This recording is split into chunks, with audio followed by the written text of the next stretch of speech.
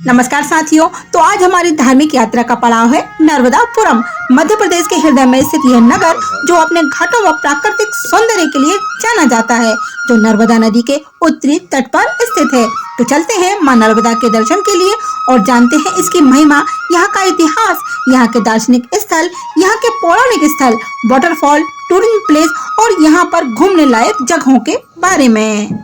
मध्य प्रदेश के हृदय में स्थित यह नगर जो अपने घाटों व प्राकृतिक सौंदर्य के लिए जाना जाता है, जो नर्मदा नदी के उत्तरी तट पर स्थित है। किसी भी स्थान का नाम भौगोलिक, सामाजिक व उसकी सांस्कृतिक पहचान के नाम से रखा जाता है। तो नर्मदा नदी के किनारे बसे होने के कारण इसका प्राचीन नाम नर्मदापुरम है, जो अपने खूबसूरत घाटों के लिए प्रसिद्ध है, जिसमें सेठानी घाट प्रमुख आकर्षण का केंद्र है। प्राचीन काल में इस जगह को नर्मदापुरम नाम से ही जाना जाता था। यहाँ पर आदि मानवकालीन कई साक्ष्य मिले हैं।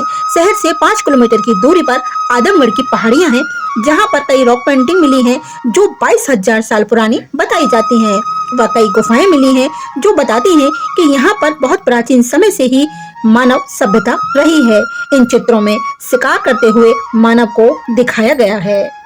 नर्मदापुरम जिले के प्राचीन इतिहास का कोई उचित विवरण नहीं है। इसका पहली बार ऐतिहासिक विवरण सुल्तान होशंग शाह गौरी के शासनकाल के दौरान मिलता है, जिन्होंने नर्मदापुरम में एक छोटा सा किले का निर्माण कराया था, क्योंकि यहाँ से बैतूल के पास केरला के गौड़ राज्य तक एक रास्ता जाता था।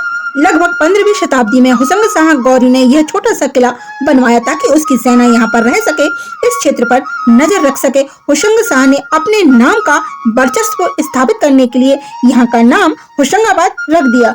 उस समय यह किला भौगोलिक व सामाजिक दृष्टि से महत्वपूर्ण रहा होगा, जो मुस्लिम स्थापत्य कला का उदाहरण है। इस किले की रक्षा के लिए बहुत दूर से इस पर नजर रखी जाती थी। बुर्ज पर सैनिक तैनात रहते थे, साम्राज्य की रक्षा का कार्य करते थे। पास ही नाव का घाट बना हुआ है, जहां से व्यवसाय व व्यापार भी हुआ करते थे।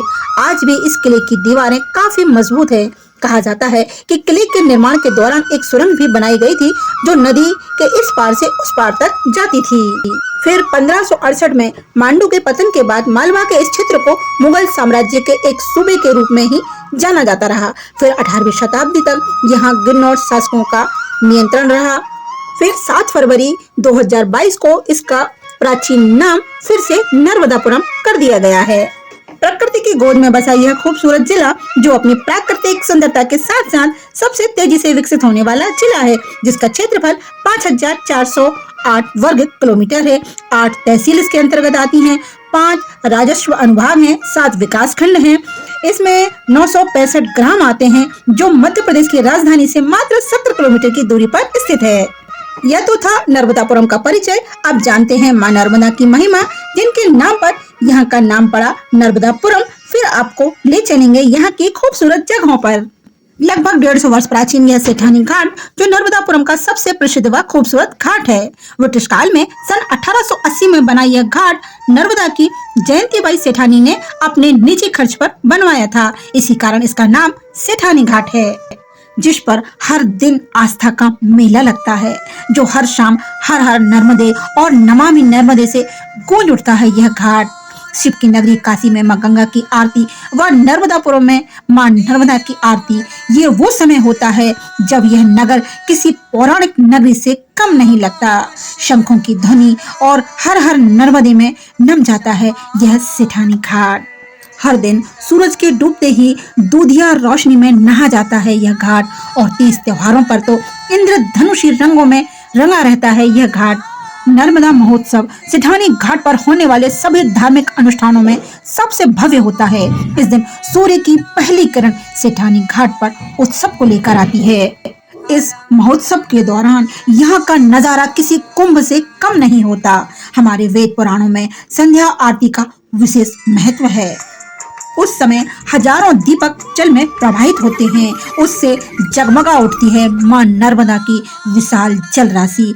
ये वो पावन समय होता है जिसका इंतजार पूरा नर्मदापुरम करता है। जब नर्मदा के जल में तैरने लगते हैं असंख्य श्रद्धा के दीप। सेठानी घाट पर मां नर्मदा में स्नान का पुण्य लाभ तो मिलता ही है, साथ ही घाट पर बने कई देवी देवताओं के दर्शन का सौभाग्य भी मिलता है। कहते हैं यहाँ सच्चे मन से मांगी गई हर मन्नत पूरी होती है।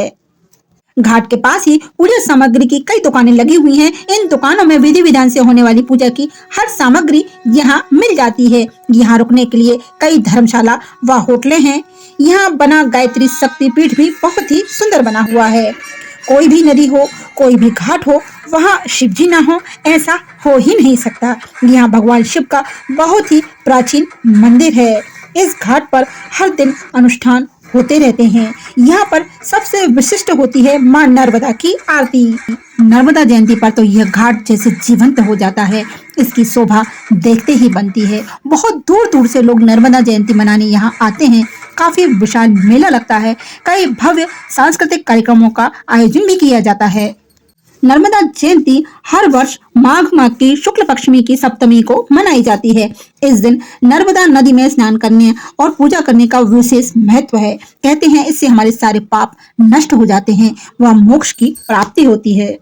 कहते हैं माँ नर्मदा नदी के हर कंकड़ में शंकर समाये हुए हैं, क्योंकि नर्मदा नदी से निकले शिवलिंग की प्राण प्रतिष्ठा की आवश्यकता नहीं, वह स्वयं प्रतिष्ठित होते हैं। नर्मदा नदी की महिमा का उल्लेख कई पुराणों में मिलता है। रामायण व महाभारत में भी इसका उल्लेख मिलता है। भारत की पवित्र नदियों में से एक मां नर्मदा देश की इकलौती ऐसी नदी है जो उल्टी बहती हैं, यानी पूर्व से पश्चिम की ओर, जिन्हें भगवान शिव की पुत्री भी कहा जाता है।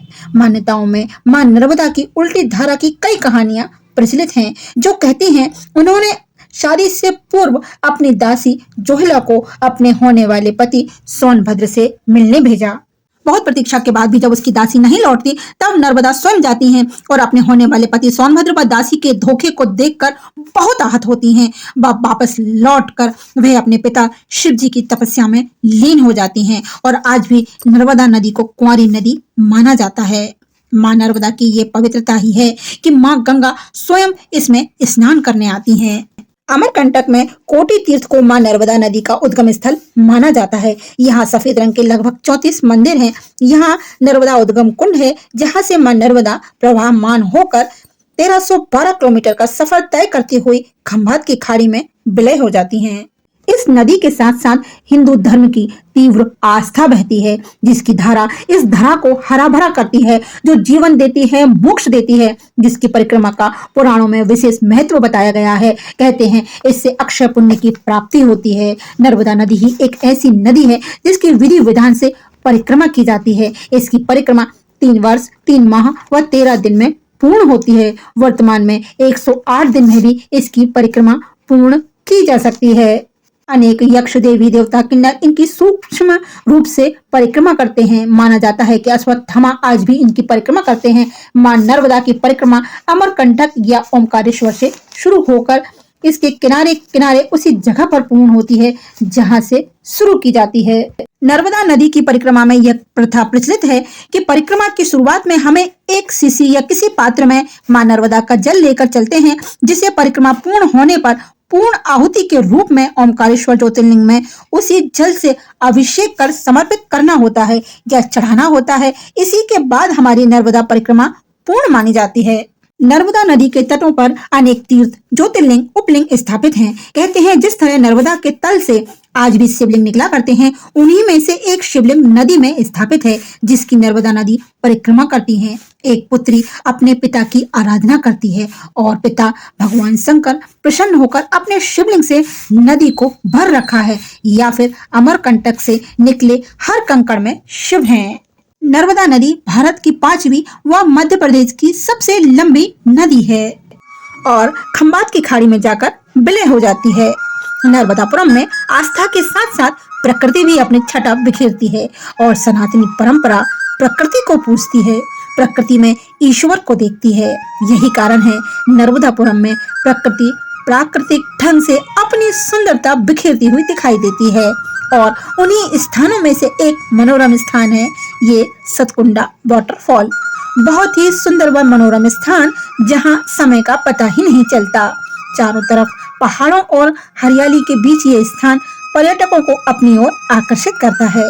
इसी क्रम में एक और विश्व विख्यात स्थान है पचमढ़ी, जिसे मध्य प्रदेश का हिल्स स्टेशन भी कहते हैं, जहां मध्य प्रदेश की सबसे ऊंची चोटी धूपगढ़ है।